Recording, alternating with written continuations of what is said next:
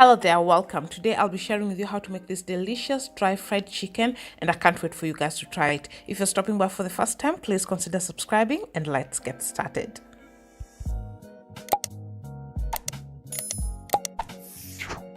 This recipe, I have 500 grams of chicken that I've removed the skin. I'm going to add a quarter teaspoon of turmeric.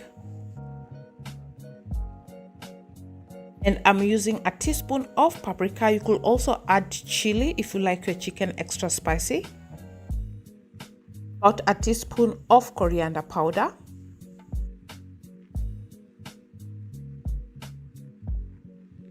Half a teaspoon of cumin powder.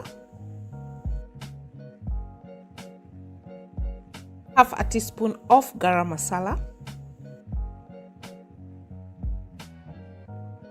Half a teaspoon of black pepper, a teaspoon of salt,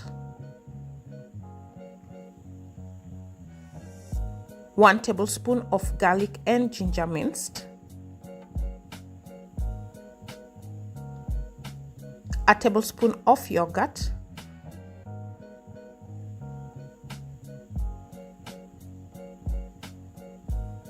two tablespoons of ketchup,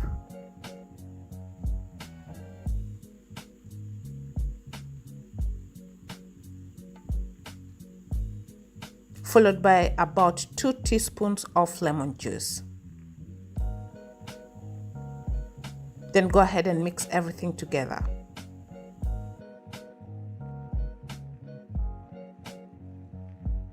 Once that is done, let it marinate for about 60 minutes.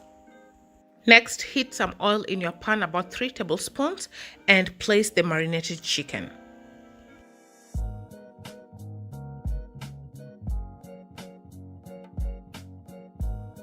Fry your chicken for the first 5 minutes on high heat.